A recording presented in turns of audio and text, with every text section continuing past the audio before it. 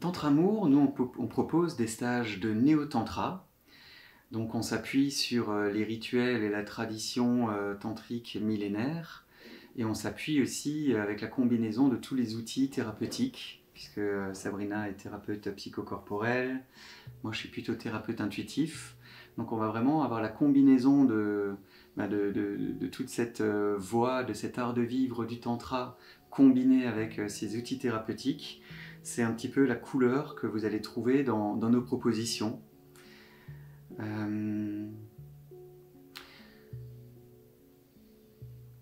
Donc dans nos stages, c'est vraiment déjà un travail en amont, c'est-à-dire que les personnes qui viennent dans nos stages, on les a au téléphone, en entretien téléphonique, pour vraiment vérifier leur élan, est-ce qu'ils sont au bon endroit, parce que le tantra pour nous, c'est vraiment un process de cheminement intérieur, de se trouver soi, d'aller vers la connaissance de soi au niveau de son équipe terrestre, hein, comme on en parle souvent dans nos cycles, hein, c'est-à-dire comment on navigue entre son cœur, son corps et son mental et son énergie vitale. Et donc en aucun cas il y a de dérive sexuelle ou sectaire. Le tantra est vraiment une voie pour nous non duelle et libre, de liberté. Chacun décide à chaque instant ce qu'il fait. Et pour ce faire, il y a un cadre. Il y a un cadre dans les stages de tantra qui est posé dès le premier soir ou dès la première matinée quand le stage commence. Un cadre qui permet à chacun de se sentir en sécurité et en respect de soi, respect de l'autre. On peut parler aussi du format. Parlons du cadre. Moi, ce que je voulais peut-être ajouter un petit peu lors de cet appel téléphonique, ce qui est vraiment important pour nous, c'est de voir un petit peu comment les participants ou les participantes éventuelles se sentent, où ils en sont aujourd'hui, quelles sont éventuellement leurs intentions, de créer aussi un pont de connexion entre nous pour que ces personnes puissent avoir quand même l'un de nous deux en termes de référence pour pas arriver dans un endroit où on est lâché dans la nature. Donc c'est très important de pouvoir vraiment préparer l'événement en question pour que les gens arrivent avec une grande curiosité, avec une ouverture, qui se sentent vraiment dans leur authenticité. Ça c'est vraiment précieux, c'est très très précieux pour nous de pouvoir poser ça. Et puis le cadre qu'on pose pour le stage, il est tout aussi important, puisque tu parlais donc du respect de soi, du respect de l'autre. Il y a aussi la confidentialité qui est primordiale. La confidentialité, ça veut dire de ne pas parler, de ne pas nommer les autres personnes qui sont là, de ne pas forcément parler des pratiques, puisque quand on est en train de... Le tantra, ça se vit à travers l'expérience, et ça se vit sur l'instant. Donc que quelqu'un puisse parler de sa propre expérience, évidemment, c'est génial, mais dans la confidentialité, on ne va pas parler de l'expérience des autres, des process qui ont pu être vécus par d'autres participants ou d'autres participantes. Et au niveau des pratiques, c'est pas qu'on n'a pas envie que les gens puissent parler des pratiques qui sont proposées, mais c'est aussi de pouvoir permettre à ceux qui n'ont pas encore eu l'occasion de les vivre, de pouvoir les vivre vraiment dans l'instant, sans avoir eu le filtre du mental qui a pu passer par là.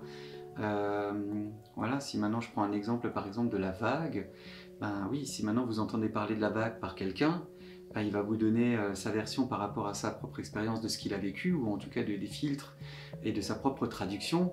Le jour où vous vivez vous-même une vague, c'est complètement différent. Donc de parler de votre expérience de la vague que vous aurez vécue vous-même, ou alors à un moment donné d'interpréter les mots de quelqu'un qui vous a parlé de la vague qu'il a vécue avec son propre filtre et sa propre expérience, c'est deux choses complètement différentes. Donc c'est pour ça aussi, dans la confidentialité, on demande de ne pas parler des pratiques, et aussi pour que justement, comment je vais dire ça, que ça permette aux gens qui découvrent, qui puissent eux-mêmes vivre la richesse de la pratique et de la transmission. Oui, parce que comme disait Chris, comme disait Shiva Chris, le tantra c'est une expérience qui est non mentale. mais en toute sécurité. Donc forcément, si on commence à projeter des choses par rapport à ce qui va se passer, ou si on veut savoir le programme exact de ce que l'on va vivre, comme c'est de l'expérience, comme on est dans un laboratoire corporel, sensitif, ben, si on nous dit à l'avance ce qu'on va vivre, c'est juste pas possible. Parce que en fait, ça se vit. C'est comme expliquer à quelqu'un qui n'a jamais dansé qu'est-ce que la danse. C'est quelque chose qui se vit. Par contre, le cadre est effectivement important. Il y a cette notion aussi que personne n'est obligé de rien dans un stage de tantra. En tout cas, nous, on le pose vraiment très clairement. C'est des choses qu'on n'apprend pas à l'école, hein, de se respecter et éventuellement de dire j'ai pas envie de faire ça, sachant qu'il y a aussi des nuances. Donc en tout cas, on est obligé de rien dans un stage de tantra. C'est quoi l'expression que j'aime beaucoup? Ce que je dis souvent, c'est que vous pouvez toujours en faire moins que ce qu'on propose. Et en même temps, vu que le cadre qui est posé est un cadre qui vous permet vraiment d'être en sécurité, puisque comment ça fonctionne en fait très rapidement, c'est si à un moment donné on fait une proposition et que vous sentez que c'est pas ok pour vous de glisser dans cette proposition, on va simplement vous demander de lever la main. En moins de 30 secondes, il y a quelqu'un de notre équipe qui va venir vous voir. On va prendre la mesure de ce qui est en train de se jouer pour voir est-ce qu'on peut quand même aménager la pratique dans le respect de vos propres limites. Et en même temps, on vous encourage à être dans votre responsabilité et dans la clarté de votre positionnement. Donc c'est vraiment très très riche. Et en même temps, encore une fois, vous êtes responsable de vous-même, mais vous pouvez en faire moins que ce qu'on propose. On a également un coin ressources, c'est-à-dire c'est un espace. Si vraiment vous n'êtes pas en capacité de rentrer, de plonger dans la pratique, vous pouvez vous retirer dans cet espace ressources qui va vous permettre de faire le point avec vous-même, de voir un petit peu ce qui est en train d'émerger, de voir ce qui est en train de se jouer. Et en même temps, il y a aussi l'une des personnes de notre staff, soit un de nos angels ou l'un de nous deux, qui va venir vous accompagner pour voir un petit peu comment est-ce qu'on peut vraiment être inclusif dans ce qui est en train de se vivre. Vous n'êtes pas seul, vous n'êtes pas abandonné, on est là pour ça. Nous, notre job, c'est de vous accueillir, c'est d'ouvrir un espace où tout est ok, où tout ce qui peut émerger est accueilli. Et comment est-ce qu'on manage ça? Ça c'est notre job de vous accompagner et de respecter vos propres limites. Ça c'est votre job de nous signaler que vous avez besoin d'aide ou que vous n'êtes pas en phase avec ce qui se propose. Ou une interrogation simplement pour vérifier quelque chose. Tout à fait, ouais. Voilà, et ça c'est notre job, comme disait Christophe.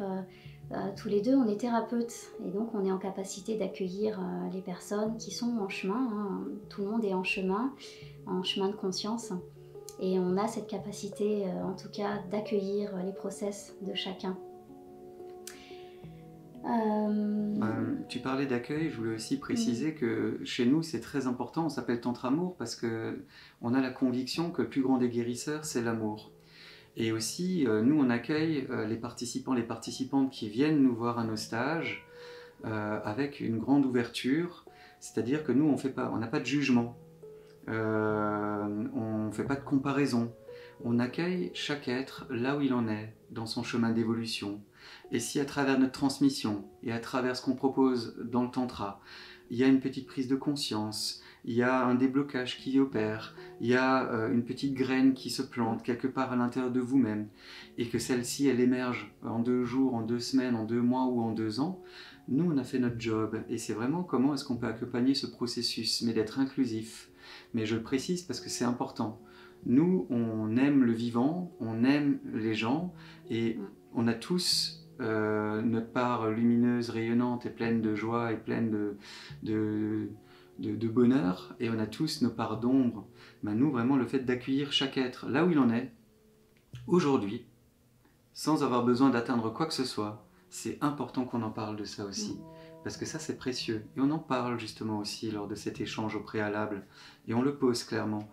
Dans la préparation avant le stage, quand ce job-là, il est bien fait, quand les gens viennent dans le stage, l'invitation du tantra, c'est de plonger dans l'expérience à travers les ressentis du corps, à travers l'observation de ce que vous allez faire vous-même, de ce qui se joue en vous, dans cette capacité de devenir le témoin de ce que vous allez vivre à l'intérieur. Donc ça c'est vraiment très important. Et j'ai perdu mon fil, mais c'est pas grave. Je pense que j'ai dit ce que je voulais dire à cet endroit-là. Il y a cette notion d'immersion qui sous-tend ce que tu es en train de dire. Ça m'est revenu du coup. C'est ça. Tu veux... Vas-y alors. Ouais, c'est que le tantra c'est une expérience donc, où vous allez plonger à l'intérieur de vous-même pour faire l'expérience à travers les ressentis du corps, mais c'est aussi l'invitation de plonger totalement dans l'expérience. Quand à un moment donné on ose aller voir où sont les blessures, où sont nos propres limites, et comment dans le respect de soi dont on parlait tout à l'heure, on peut aller faire un petit peu bouger ses limites, les repousser. À partir du moment où vous passez dans l'expérience et vous faites cette expérience vous-même, le mental, il augmente l'espace de la zone de confort. Donc c'est une voie d'ouverture et de vraiment être en capacité de repousser les limites, mais quand vous vous sentez en sécurité, vous pouvez plonger totalement dans l'expérience. Et aussi le fait de vous appuyer sur l'énergie du groupe, parce qu'il y a un égrégore, il y a vraiment une énergie collective du groupe qui contribue à cette... comment je vais dire ça? Le tantra d'abord c'est un cheminement vers soi et aussi une ouverture vers les autres. Donc il y a vraiment toutes ces deux, la verticalité c'est le travail que vous faites avec vous-même et l'horizontalité c'est le travail que vous faites entre vous et ce qui se passe autour de vous, vous et les autres, vous et le monde extérieur. Donc c'est très important que le cadre soit bien posé pour que vous puissiez vraiment vivre l'expérience pleinement. Et c'est ça qu'on essaye de faire vraiment. Et on le pose dans le cadre, dans les entretiens préalables. Et encore autre chose que tu abordais avant, je crois que c'était une notion justement de passage à l'acte. Oui, dans un stage de tantra, c'est pas du Kama Sutra, il n'y a pas de... Il n'y a pas de passage à l'acte, il n'y a pas de sexualité. Et ça, c'est vraiment important que ce soit dit. Parce que le cadre le permet, c'est-à-dire que oui, dans le tantra, on travaille, on peut être amené à travailler cette notion d'énergie vitale qui est reliée, dont l'énergie sexuelle est une des facettes de l'énergie vitale, de l'énergie de vie, mais pas que. On peut être amené aussi à travailler selon les stages avec cette notion de désir. Et puis c'est vrai qu'il ne faut pas se voiler dans la face. Dans un stage de tantra, il y a des hommes, il y a des femmes, donc il y a des connexions, il y a des rencontres. On est en immersion, donc il va y avoir des échanges verbaux ou par le regard. Mais il y a aussi cette notion du consentement, de son autonomie, de savoir... se positionner, enfin c'est pas un club de rencontre le tantra, mais au contraire c'est un endroit comme un creuset alchimique où on va découvrir comment je peux être dans ma souveraineté, comment je peux être tranquille en étant avec des hommes, des femmes, sans avoir peur forcément, sans me sentir en danger parce que je suis dans ma souveraineté. Et de toute façon les personnes qui sont là, ils sont aussi là pour leur propre chemin, de toute façon, c'est très clairement posé en amont quand on a les personnes en entretien. On n'est pas dans un club de rencontre, on n'est pas dans un endroit où il va y avoir des rapports de séduction, même si bien sûr que ça peut se passer parce qu'on est des humains, des êtres humains, donc il est tout à fait possible qu'il y ait une connexion, une histoire d'amour qui commence, mais en tout cas, ça sera en off et c'est pas l'objet du stage. Et ça, c'est vraiment important, et là je parle pour les femmes, de savoir qu'il n'y a pas de rapport sexuel dans une structure, dans un exercice de tantra. On ne favorise pas des rapports d'excitation par exemple ou quoi que ce soit qui va dévier dans ce type de dérive. Pour nous en tout cas, ce n'est pas le tantra parce que le tantra est quand même très inclusif et ça ne veut pas dire qu'on rejette la sexualité, mais disons qu'ensuite dans le quotidien de chacun, la sexualité, qui fait partie de la vie, va être vécue plus en conscience. Et peut-être moins mécaniquement, ou même si le mécanique peut être ok, enfin tout est ok avec le tantra. Mais en tout cas, les graines qui sont posées dans un stage, les choses vont se passer ensuite à l'extérieur avec des prises de conscience, mais dans le stage, on ne pousse pas. C'est pas une orgie, c'est pas n'importe quoi. Et pour nous, c'est important d'être les garants de ce socle sécure et de liberté personnelle et de chacun et de bienveillance et de respect. C'est tellement important à notre époque depuis depuis MeToo il y a quelques années, et puis par rapport à tous les abus que l'on entend, qui sont aussi le fruit d'une histoire, hein, de l'histoire occidentale, c'est important de sécuriser tout ça, d'autant plus que tous les deux, on est des thérapeutes et que dans nos accompagnements en séance individuelle, on connaît un petit peu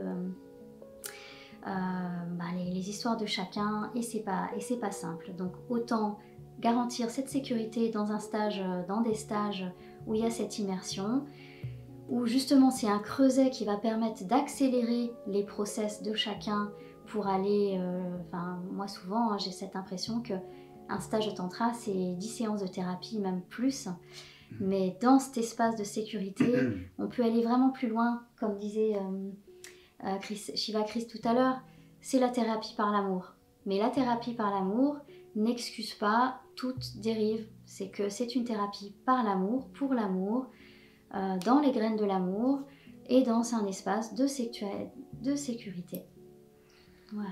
Pour synthétiser un petit peu tout ça, c'est le travail que nous on fait, il est vraiment basé sur la notion de conscience, la conscience qu'on appelle aussi Shiva dans le Tantra, qui permet de devenir le témoin et de revenir à votre centre, d'être vous-même en capacité d'observer comment ça fonctionne dans votre laboratoire intérieur. Et le Tantra, dans cette verticalité, c'est d'abord une histoire entre vous et vous. Et ensuite, comment vous pouvez interagir avec donc l'autre polarité qui est effectivement le mouvement, l'énergie qu'on va appeler Shakti, et comment est-ce qu'à un moment donné, ce travail de fond va vous permettre plutôt, d'améliorer votre manière d'interagir avec les hommes ou les femmes autour de vous. Donc voilà, ça c'est le travail qu'on propose, et on s'appuie sur la méditation, le mouvement, la respiration, le son, qui sont des outils très simples. Et même si à un moment donné, on va vous apprendre à être autonome dans le plaisir, si à un moment donné, on va vous apprendre à rentrer dans une relation, dans une intimité, et même dans une sexualité, même s'il n'y a pas de sexualité dans nos stages, c'est des pépites que vous pouvez emmener à la maison et qui vont vous permettre de justement grandir et d'ouvrir votre champ d'exploration, de l'intimité, de la sexualité, de mettre plus de présence, plus de liens, plus de conscience, sans être dans un objectif, dans une quête, sans avoir de but, sans courir à la quête de l'orgasme forcément ou de l'éjaculation. Simplement à un moment donné, laisser la puissance de la vie, l'amour vous guider dans ces moments-là. C'est ça le travail qu'on fait. Quand on a des structures qui sont basées un petit peu sur l'énergie, sur la vague ou sur l'amour. Mais il y a plein d'autres pratiques qui permettent de déconstruire, de vous permettre de vous rencontrer vraiment. C'est ça le travail de fond. Et vous venez pas en stage tantra pour justement, effectivement, même si évidemment on a des connexions qui peuvent se faire très facilement, qui sont très puissantes. Et c'est génial, il n'y a pas de problème avec ça en fait. Mais en même temps, c'est pas l'objet, c'est pas un club de rencontre et c'est pas un lieu de prédation. Voilà, je le pose clairement, c'est pas ce qui se propose chez nous, clairement. Alors qu'est-ce qui se passe dans un stage de tantra ? Donc, comme on dit souvent, on ne peut pas donner un programme avec de telle heure à telle heure, tu vas vivre ça, et il y a ça, et il y a ça, puisque c'est de l'expérience. On est dans un laboratoire d'expérience, expérientielle, de vie. Cela dit, c'est quand même important de poser qu'un stage de tantra, c'est donc une immersion avec un groupe où on va commencer le matin au réveil par une méditation active qui permet d'activer, de se mettre en énergie, en réveil, de faire pulser les cellules. Donc en général, on commence par une médite active. Et puis ensuite, après la pause petit-déj, il va y avoir un ensemble de pratiques proposées qui sont basées sur les 3 clés du tantra, c'est-à-dire le mouvement, la respiration et le son. Et puis aussi une 4e clé qui est la méditation. Et donc cet ensemble de pratiques, donc il y a tellement de choses qui peuvent être possibles en travaillant sur ces 4 clés.